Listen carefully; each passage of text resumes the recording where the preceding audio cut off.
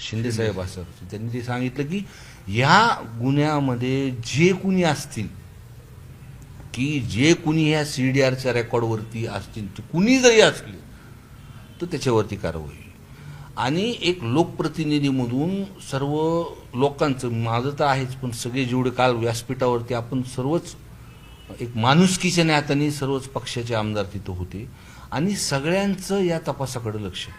तुम्ही जो मला प्रश्न जो विचारला त्याच्यामध्ये जी मला माहिती कळाली की त्या गाडीमधून 2 मोबाईल सापडलेले आहेत,